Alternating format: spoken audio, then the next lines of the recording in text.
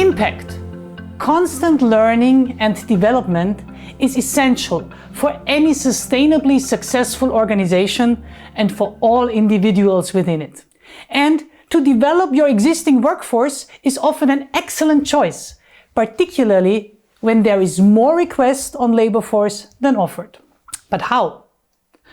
Wouldn't it be great if we would have, let's say, a magic wand? A magic wand that makes sure that learning and development happens. For instance, send them to a training, bling, and if you want to develop your people, train them, bling, and if it doesn't work, guess what? Send them to another training, bling, or, as I lately learned, magia. Please, get me right.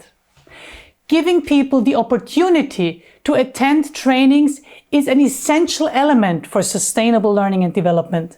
But we all might also have already noticed that training by itself won't do the magic. No bling.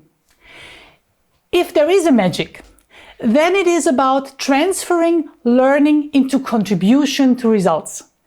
And this requires more than learning events. It requires a complete journey that strongly supports the on-the-job application of learnings. I have the honor to share with you some scientifically proven key concepts, techniques, and tips to successfully face this challenge.